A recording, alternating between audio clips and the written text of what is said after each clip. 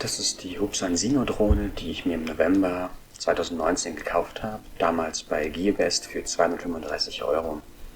Einige Wochen später habe ich gesehen, am Black Friday Sale gab es die Drohne für 290. Das heißt, mein Angebot bei Gearbest war deutlich besser. Die Hubsan Sino ist eine Anfängerdrohne, wie ich online gelesen habe, und war damals in der Top-10-Liste von einsteigerfreundlichen Drohnen, deswegen habe ich mich dafür entschieden. Ich wollte zuerst auch nicht zu viel Geld ausgeben und dachte, ich muss mal schauen, ob das überhaupt was für mich ist. Bei einem meiner ersten Testflüge, wo ich einfach mal um mein Haus fliegen wollte und im Garten wieder landen wollte, habe ich gleich mal sehen können, wie die Steuerung so funktioniert und musste feststellen, die Handhabung ist schon ganz in Ordnung, aber bei der Fernsteuerung merkt man schon, dass man bei feineren Bewegungen doch etwas Übung braucht, damit das gut aussieht und geschickt ist und nicht allzu sprunghaft. Aber das ist bei vielen Drohnen wohl so. Man kann auch so Verlängerungsstäbe kaufen für die Steuerknüppel, damit das etwas besser funktioniert. Die Fernsteuerung selbst hat auch so ein, finde ich, Kunststoffgefühl von geringer Qualität. Aber die Steuerung selbst ist durchaus robust, von daher war das okay. Bei dem Preis hätte ich wohl auch nicht mehr erwarten dürfen.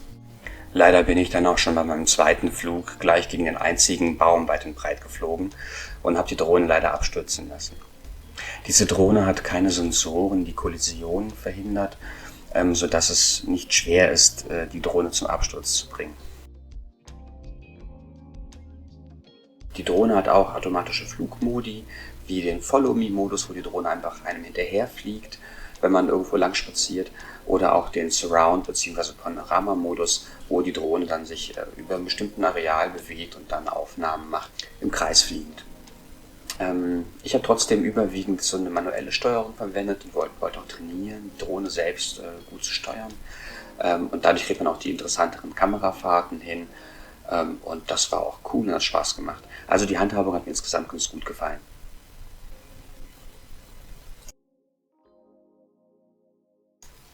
Was mir gar nicht gefallen hat, war so die ganze Servicewelt um die Drohne herum. Ab irgendeinem Zeitpunkt hat das Gimbal einfach nicht mehr funktioniert und ich wusste nicht wieso. Ich habe dann in Foren gelesen im Internet, dass das was damit zu tun hat, dass es ein Update gab und man dieses Update dann durchführen muss, damit alle Komponenten wieder gut zusammenpassen. Also während die App sich auf dem Handy schon automatisch mit dem neuesten Update versorgt hat, musste das Gerät dann manuell geupdatet werden. Und das war sehr umständlich. Also im Grunde kann man sagen, das ist die reinste Katastrophe. Die Firmware musste über eine Micro-SD-Karte aufgespielt werden. Ein Update der Fernsteuerung über Kabel mit Computersoftware, wobei man die Fernsteuerung auch noch blöd kurz schließen musste, damit das überhaupt funktioniert. Und auch das Gimbal musste über eine Software am Computer noch neu aufgesetzt werden. Und ich habe echt mehrere Wochen gebraucht, bis ich das mal irgendwann gemacht habe. Ich kann mir vorstellen, dass jemand, der technisch weniger versiert ist oder interessiert ist, da auch gar keine Lust drauf hat.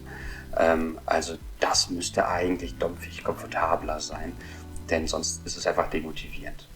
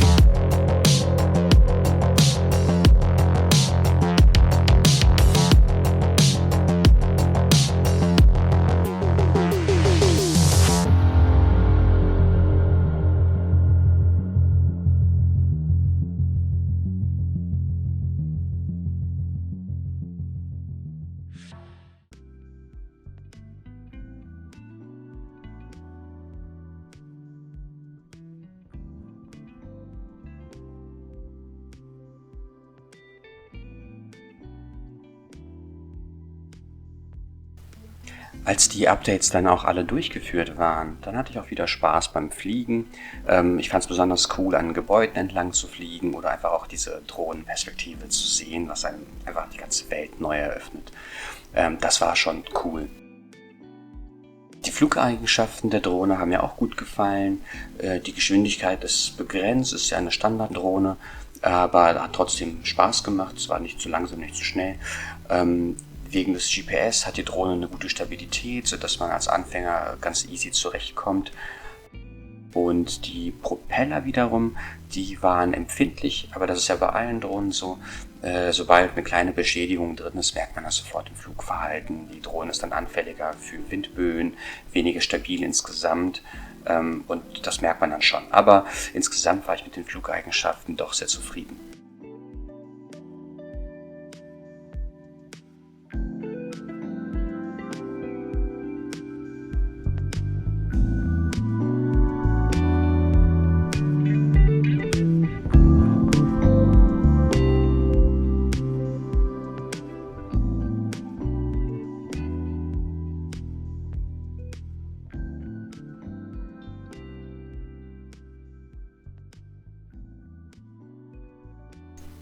Wie schon erwähnt, ist der ganze Service um die Drohne herum irgendwie schwierig und problematisch. Ein weiteres Beispiel ist die App, mit der man die Drohne fernsteuert. Man schließt das Handy an die Fernbedienung und dann muss man die App starten. Die App war, als sie vor einem Jahr zum ersten Mal benutzt habe, noch völlig offen und frei. Man konnte sämtliche Daten, die die App erfasst hat, auch einsehen. Es wurden sehr viele Daten dokumentiert, Flugbahnen, Orte etc. Es waren auch Erklärvideos abrufbar und sehr viel mehr über die App erreichbar. Dann irgendwann haben sie die App verändert und es gab einen Registrierungszwang.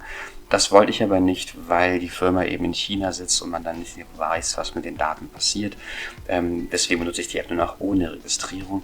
Dann ist aber der Funktionsumfang sehr deutlich eingeschränkt. Man kann im Grunde die App nur noch als Steuerung benutzen. Alles andere ist einem nicht mehr einsehbar. Je mehr Flüge ich gemacht habe, desto mehr Erfahrung habe ich gesammelt, eben die Drohne schön zu steuern, flüssige Kamerafahrten hinzukriegen und das am Ende auch noch nett zusammenzuschneiden. Die Ergebnisse habe ich übrigens auf YouTube hochgeladen, sodass man sie auch noch in Gänze sehen kann.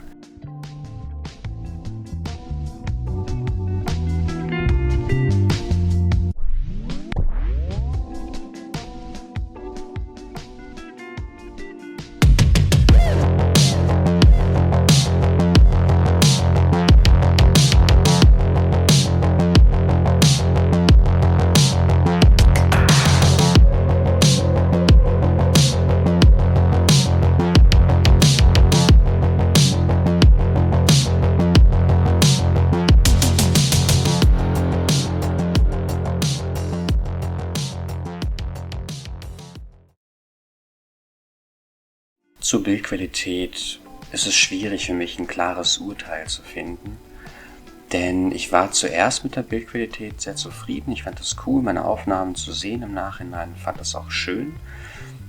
Dann aber nach und nach habe ich festgestellt, dass ich unzufrieden wurde, weil mir das Bild dann doch etwas zu verschwommen erschien. Ich bin mir nicht sicher, ob es daran liegt, dass ich die Drohne recht früh habe abstürzen lassen und dadurch vielleicht kleine Beschädigungen entstanden sind. Jedenfalls kann ich sagen, dass die Bildfehler, also diese Farbveränderungen während der Aufnahmen, auch schon vor dem ersten Absturz zu sehen waren und damit quasi in der Drohne schon enthalten waren, noch vor dem ersten Start. Insgesamt kann ich also sagen, die Bildqualität ist nicht unbedingt die beste. Ich finde, dass auch die 4K-Auflösung nicht hält, was sie verspricht. Wenn man es auf einem großen Fernseher ausschaut, sieht das Bild auch eher verschwommen aus.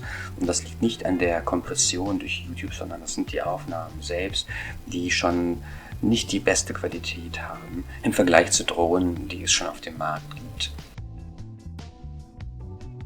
Die Bildfehler sind immer häufiger geworden, was vermutlich daran liegt, dass die Drohne auch einmal in den Regen gekommen ist und durch die Feuchtigkeit vielleicht noch weitere Beschädigungen entstanden sind. Jedoch haben die dann auch wieder nachgelassen, sodass es nicht so ein klares, einheitliches Bild ist. Die Drohne scheint so irgendwie auch so ein Eigenleben entwickelt zu haben. Was man aber definitiv sagen kann, ist, dass die Nachtaufnahmen mit der Drohne nicht allzu gut gelingen. Es entsteht sehr früh ein Bildrauschen, sodass man nicht diese exzellenten, tollen Nachtaufnahmen hinkriegen kann mit dieser Drohne.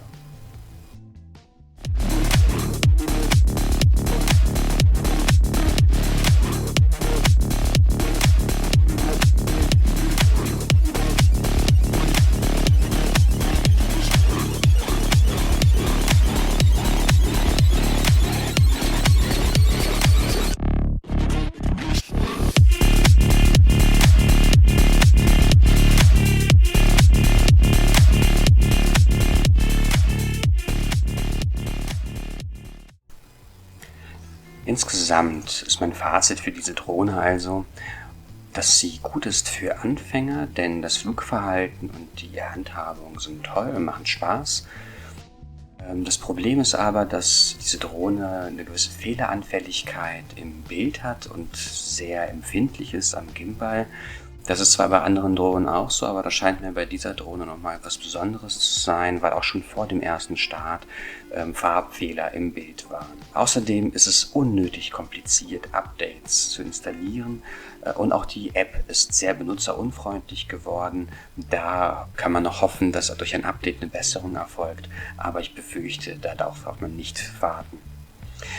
Die fehlenden Sensoren bei der Drohne, was in diesem Preissegment aber natürlich normal ist, bringen auch ein erhöhtes Risiko für Abstürze, was ich schmerzlich erfahren musste, weil ich diese Drohne ungefähr 5-mal habe abstürzen lassen. Einmal, weil ich ein bisschen zu risikofreudig und ungeschickt geflogen bin, aber auch mehrmals unverschuldet, weil eine Batterie kaputt gegangen ist und dadurch eine Energieentladung erfolgt ist und die Drohne aus recht großer Höhe abgestürzt ist. Und das ist auch der Grund, warum ich in der Vergangenheitsform spreche. Die Drohne ist an meinem letzten Flug leider aus 20 Metern Höhe auf Asphalt geknallt und seitdem nicht mehr benutzbar. Ich versuche noch, sie zu reparieren, aber ob das jemals klappen wird,